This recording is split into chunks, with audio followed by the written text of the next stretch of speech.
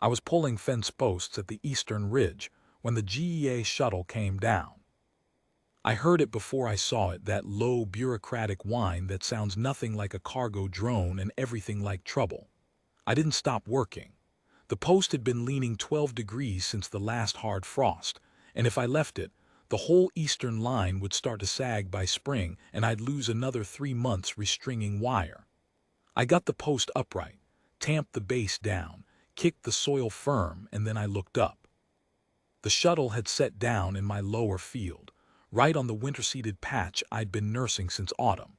The landing legs had punched 4 neat holes in the frost crust.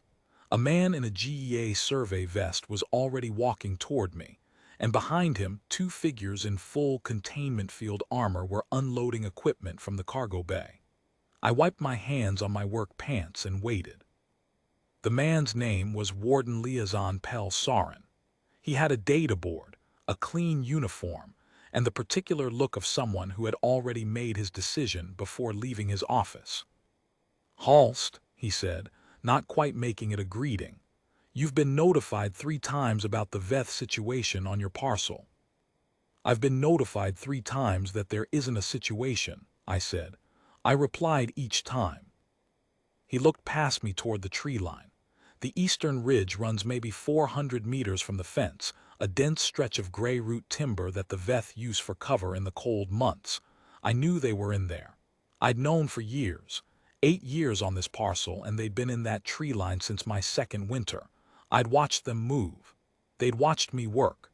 We had an arrangement, even if nobody had written it down. The Veth pack on this parcel is 14 adults, 1 alpha male, classified category red under Section 12 of the Frontier Habitation Code, Pell said.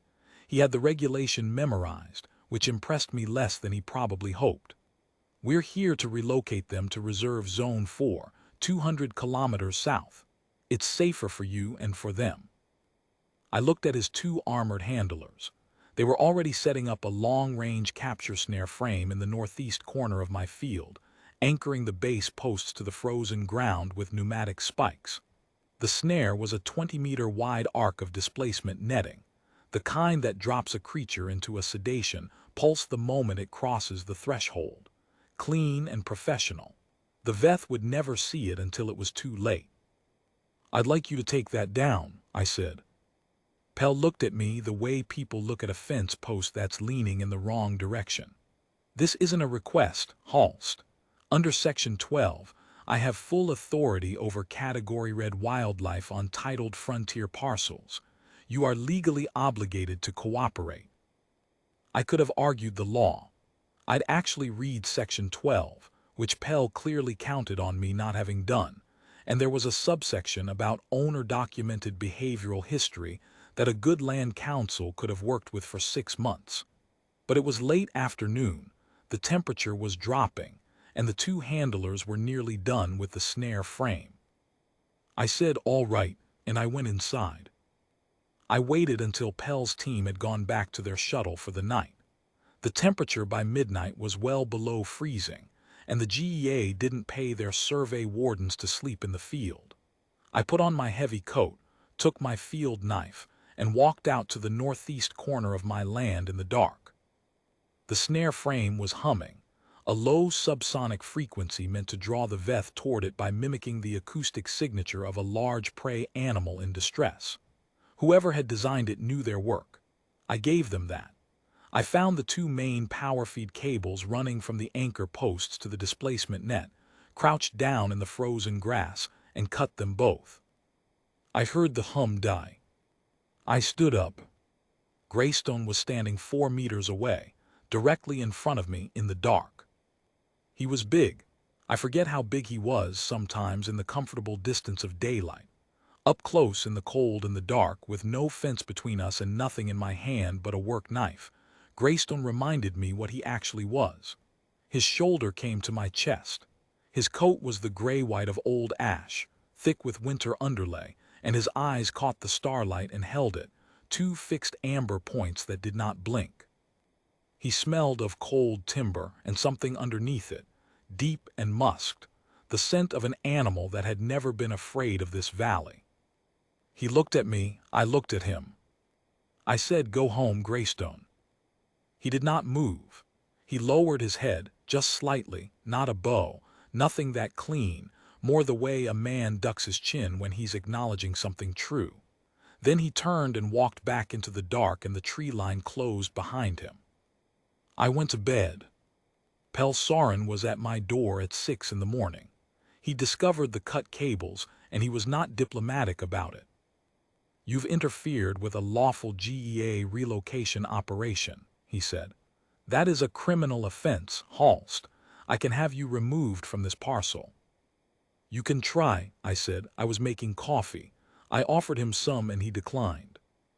He reached past me and hit his comlink to call the 2 handlers back from the shuttle. I heard them acknowledge over the speaker. I poured my coffee, put my hands around the mug, and waited. The handlers came across the lower field in their full armor. Pell stepped out ahead of me onto my porch, ready to give them instructions about the cables. He never got to them. The tree line was moving. Not the timber, the veth. They came out of the gray root trees in a long, unhurried line, one after another, 14 of them crossing the frost-hardened field in the early light, their breath coming off them in slow white plumes. They moved without sound. That's the thing people don't understand about pack canids that large, they are quieter than you expect, quieter than something that size has any right to be. They crossed the field and they stopped at the eastern fence line and they did not come over it. They sat. Every last one of them. 14 adults in the pale winter morning, sitting in a line, watching Pell Soren and his 2 armored handlers with 14 sets of amber eyes. Greystone was at the center of the line. He sat the way he'd stood the night before, without tension, without aggression, without any of the category red signs that Pell's handbook told him to look for. He just sat, looking. One of the handlers said, very quietly, "Warden." Pell didn't answer him. I sipped my coffee. I think what broke Pell wasn't the size of them, or the number of them, or even the silence. I think it was that they weren't looking at him. They were looking at me. All 14 of them on the other side of my fence, watching me stand on my own porch with a mug of coffee like I was someone they'd been waiting on. Pell took a long breath. He said, "They're bonded to the parcel." "They're bonded to me," I said. "Which is different." He put his databoard down slowly and pulled out his field recorder. He stood there for a minute and I watched him think. He was smart enough to know that you don't sedate 14 apex pack predators when they're sitting in a formation 20 meters from your position, and the only thing between you and them is a man they have apparently chosen. Whatever Section 12 said about category red wildlife, it had not anticipated this particular morning. He filed his report 2 days later. I got a copy by relay. The relevant section read, "The Veth pack on Parcel 7 North, far from displaying the unmanaged aggression of category red classification, has demonstrated consistent behavioral orientation toward the titled human resident, Bren Halst. The pack exhibits what this office can only classify as field claim, a bond established not by deliberate domestication, but by sustained, unbroken human presence over an extended period. Relocation suspended pending review. Parcel reclassified. Co-inhabited, bonded pack status." I thought field claim was about right. I didn't train the Veth. I didn't feed them, or name them except for Greystone, or try to make them something they weren't.